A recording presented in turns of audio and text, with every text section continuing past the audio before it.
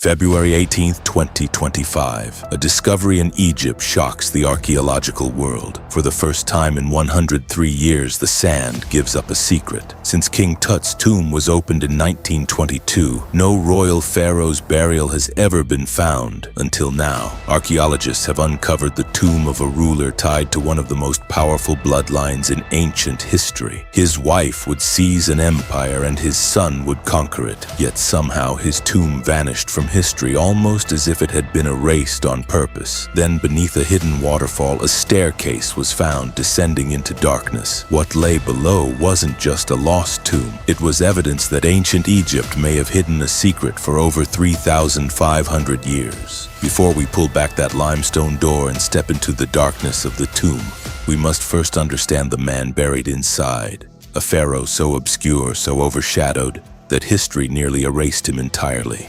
There were pharaohs who shook the ancient world, conquerors who carved their names into mountains, generals who ruled from the Mediterranean to the edge of sub-Saharan Africa. And then there is Thutmose II. The fourth ruler of Egypt's mighty 18th dynasty ascended the throne of the most powerful civilization on Earth around 1493 BC. And yet, for nearly 3,500 years after his death, not a single piece of his funerary furniture had ever been found in any museum on the entire planet. Not one object, not one confirmed artifact. A man who once held the double crown of Upper and Lower Egypt had effectively vanished from the archaeological record.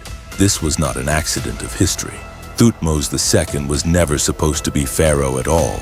He was born not to Egypt's great royal wife, but to a secondary queen named Mutnofret, a woman of lower royal rank, which placed him in a precarious position in the brutal, bloodthirsty game of succession that defined dynastic Egypt. To secure his claim to the throne, he married the most powerful woman in the palace, his half-sister Hatshepsut, the daughter of Thutmose I's great royal wife, Ahmose. That marriage was not love. It was politics, strategy, and survival wrapped in linen and gold. And that same strategic union would, in the end, cast a shadow over his legacy that lasted millennia. His reign was brief and by most historical accounts unremarkable. Modern scholars furiously debate even its basic length. It could have lasted as few as 3 years or as many as 14, depending on which ancient chronology you choose to trust. What little evidence survives suggests he launched minor military campaigns, suppressing uprisings in Nubia and the Sinai Peninsula, but nothing that earned him the immortal glory of the rulers who flanked him on either side of history. He was, in the bluntest historical terms, a placeholder, a man who sat between giants and left barely a footprint in the desert sand.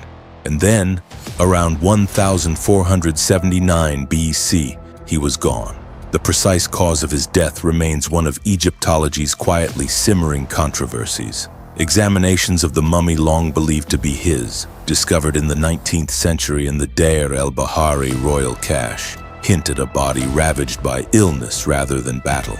Some scholars propose he suffered from a chronic skin disorder, others an infectious disease, and still others point to a hereditary affliction caused by generations of royal intermarriage that slowly degraded the bloodline's physical resilience. His constitution, the evidence whispers, was always fragile. His death, when it finally came, was swift. And what happened immediately after that death would set in motion one of the most extraordinary archaeological mysteries of the modern age. The woman who buried a king and then replaced him. When Thutmose II died, he left behind an empire that needed a ruler and a throne that needed a body. His heir, the infant Thutmose III, was born not to Hatshepsut but to a lesser royal wife named Iset, a child so young he could not yet walk without assistance, let alone command the armies of the world's most powerful nation. By law and by tradition, someone had to step forward as regent to hold the crown steady until the boy was old enough to wear it. And that someone was Hatshepsut, the widow, the half-sister, the great royal wife, the woman who had spent years watching her husband's unremarkable reign from the shadows of the palace. What happened next defied every convention of the ancient world. Hatshepsut did not simply serve as regent, she transformed. Within years of her husband's death, she declared herself not a queen but a king, adopting the full royal titulary. strapping on the ceremonial false beard and commissioning some of the most breathtaking architectural monuments in all of Egyptian history. She built her magnificent mortuary temple at Deir el-Bahari, launched a legendary trading expedition to the land of Punt, and ruled Egypt as pharaoh for roughly 2 decades. She was, according to many modern Egyptologists, one of the greatest rulers in the entire 3,000-year history of ancient Egypt. Her forgotten husband, by contrast, barely merited a footnote. But this is where the story grows darker and far more compelling. The alabaster jar fragments unearthed from inside Tomb C4 in 2025 bore hieroglyphic inscriptions naming both Thutmose II and Hatshepsut, and what those inscriptions revealed stunned the archaeological community. They confirmed definitively that it was Hatshepsut herself who had personally overseen her husband's burial rites, not his infant son. He is not a high priest acting on behalf of the royal family. Hatshepsut, the woman who would soon claim his throne for herself, was the one who sealed him into the earth, and that detail changes everything about how we read her ambition. She was both his burial director and, within years, his replacement. The question that immediately shadows that revelation is one that no inscription can answer directly. Did she bury him with grief or with quiet, calculating relief? That answer may never surface. But what archaeologists found inside that sealed chamber told a second story. One not about human ambition at all, but about the raw, catastrophic power of nature and how it nearly wiped a pharaoh from history forever. Halloween, 2022. The soft patch that changed everything. The Theban mountains rise in a dramatic bone-dry wall on the west bank of the Nile, just outside the ancient city of Luxor.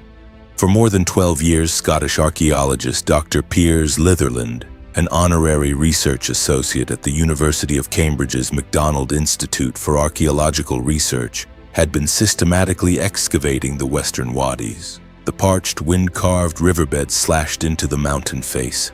His team had already uncovered 54 tombs in that stretch of desert. They had identified the burial sites of over 30 royal wives and court women of the New Kingdom. They were methodical, patient, and deeply experienced, and still nothing could have prepared them for what happened on the 31st of October 2022.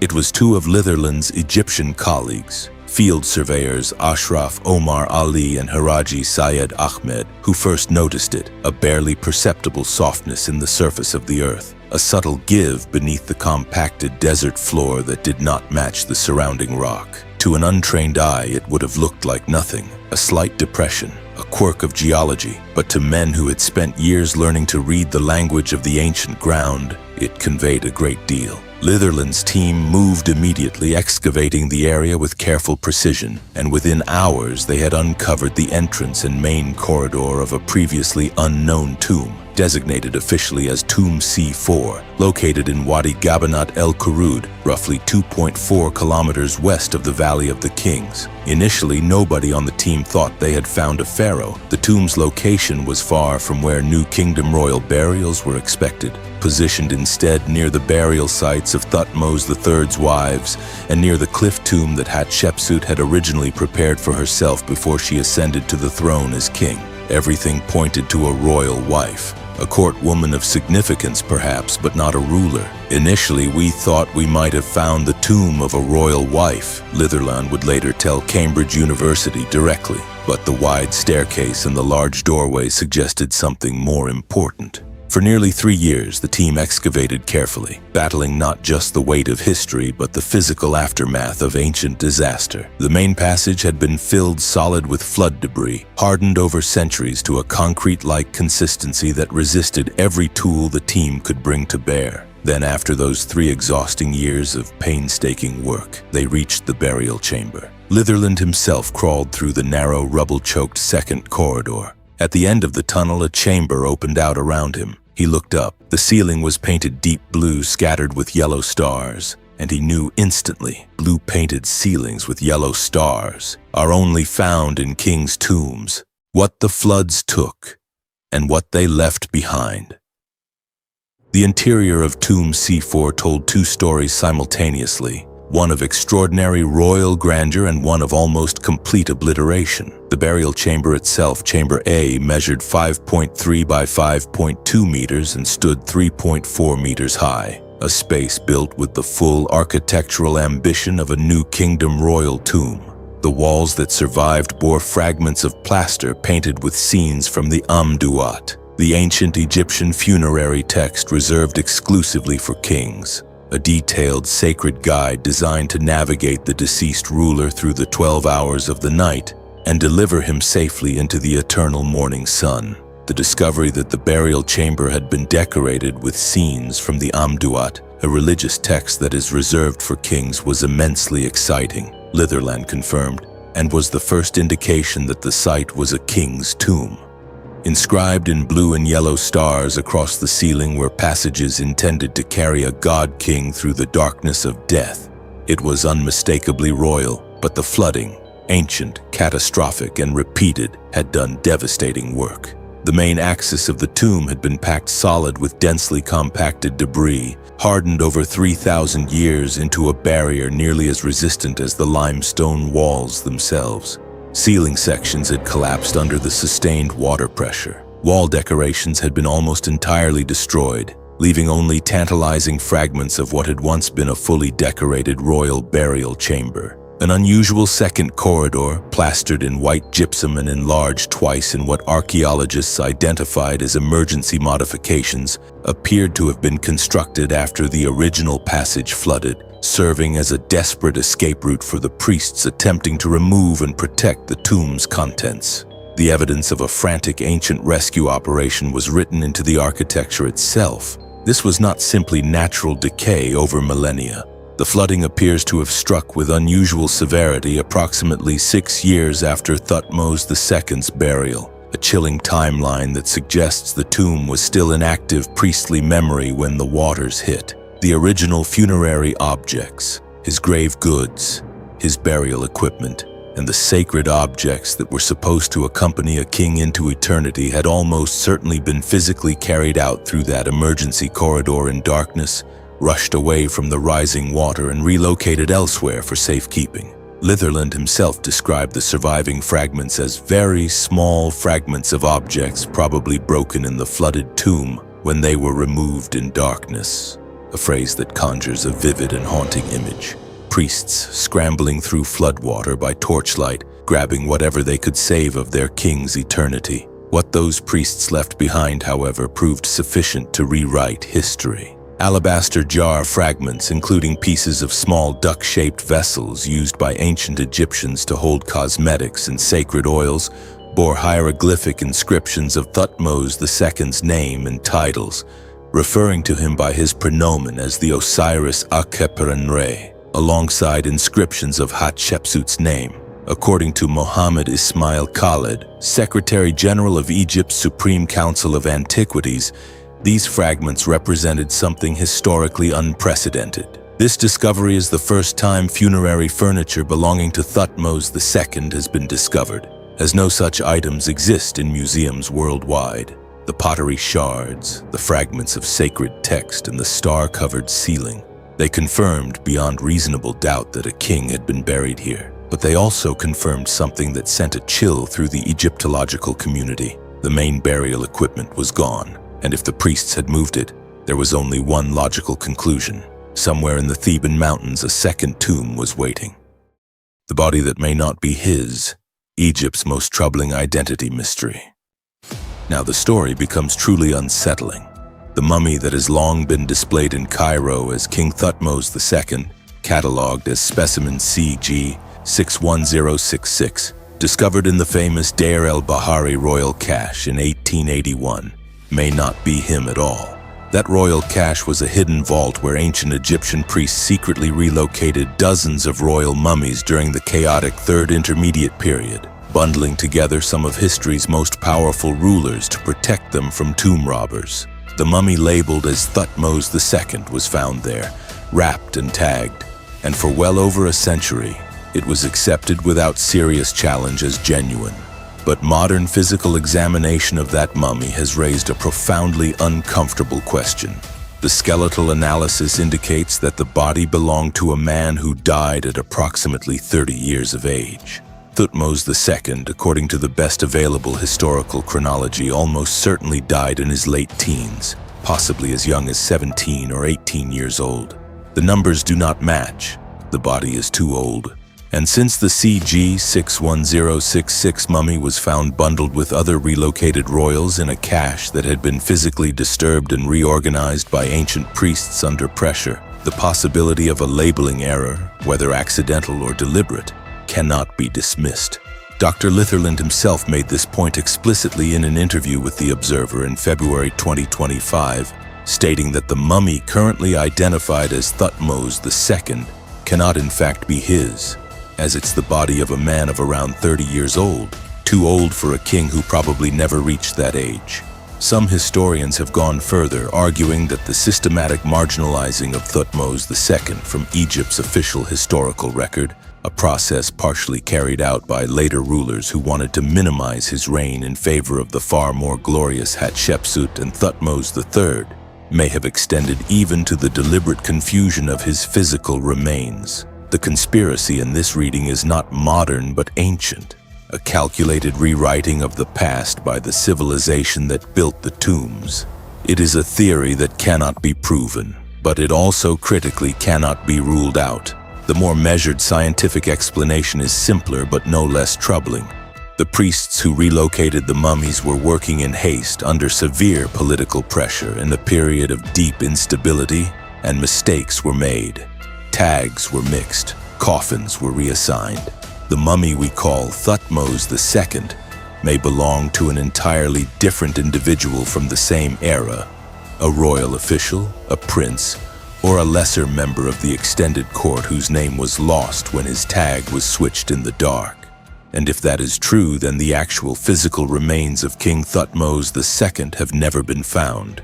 They may still be sitting somewhere in the Theban mountains, sealed inside that second tomb that Dr. Litherland believes he has already located, unexcavated, untouched, and waiting in a darkness that has lasted 35 centuries.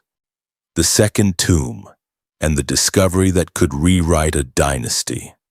In the days following the February 2025 announcement, Dr. Litherland gave an interview to the British newspaper as the global archaeological community was still absorbing the magnitude of what had been found. The Observer transmitted a second shockwave through Egyptology. He revealed that he believed he had already identified the location of a second tomb, which was buried beneath 23 meters of deliberately piled limestone flakes, rubble, ash, and mud plaster, in an artificial mound so large that it disguised the site as part of the natural mountain itself. There are 23 meters of a pile of man-made layers sitting above a point in the landscape where we believe there is a monument concealed beneath. And we have other confirmatory evidence that there is a monument concealed beneath, he told the paper. The best candidate for what was hidden underneath that enormously labor-intensive construction, he confirmed, was the second tomb of Thutmose II, the one where the fleeing priests almost certainly deposited the original burial contents after the flood struck. If that tomb exists and remains unlooted, it could contain the royal funerary equipment of a new kingdom pharaoh, sealed and untouched for 3,500 years. To understand why this prospect is so electrifying, consider what was found inside Tutankhamen's tomb in 1922, which is the discovery that this one is being directly compared to. Howard Carter's team recovered 5,398 individual objects from that single burial. Golden thrones, ceremonial chariots, statues, weapons, painted chests, alabaster canopic jars, and gilded shrines nested inside each other like the most elaborate puzzle in human history. And by ancient Egyptian standards, they considered Tutankhamun a minor king who died young and was buried with considerable haste. Thutmose II, for all his historical obscurity, was a full reigning pharaoh of the 18th dynasty, buried with the full ceremonial weight of Egypt's most powerful period and by the woman who would become one of history's most formidable rulers. If his relocated burial cache is intact and undisturbed, what it contains could exceed anything Egypt has produced since 1922. The joint mission, Egypt's Supreme Council of Antiquities, working alongside the New Kingdom Research Foundation at Cambridge University, has confirmed that excavations are continuing. The discovery was named one of the top 10 archaeological breakthroughs worldwide for 2025 by Archaeology magazine, and an inscription uncovered inside the tomb appeared on the cover of that magazine's January-February 2026 issue, an image of an ancient pharaoh's name, carved in stone, staring out from newsstands 3,500 years after the hands that carved it crumbled to dust. What Tomb C4 has already given the world is staggering. The first funerary objects ever confirmed to belong to Thutmose II, definitive proof that Hatshepsut personally oversaw his burial. A revolutionary insight into the architectural evolution of New Kingdom royal tombs through its unique bent-axis design, and a definitive answer to the long-standing mystery of where the early 18th dynasty kings were buried. But what Tomb C4 has also delivered, perhaps more powerfully than any single artifact, is a suspended sentence, an answer that generates a far larger question. If the body in Cairo is not Thutmose II, if his actual mummy is still out there somewhere in the Theban mountain, lying in an unexcavated chamber alongside 35 centuries of undisturbed royal treasure, then the greatest discovery of the modern archaeological age may not be behind us at all. It may be buried under 23 meters of rubble right now, waiting for the next soft patch of ground. Consider this. If a pharaoh who once commanded the greatest empire on earth could vanish so completely from the archaeological record that his tomb went undiscovered for 3.5 millennia, what else is still down there sealed beneath the desert waiting? Drop your thoughts in the comments. What do you think they will find inside that second tomb? And if this story hit the way it was meant to, hit subscribe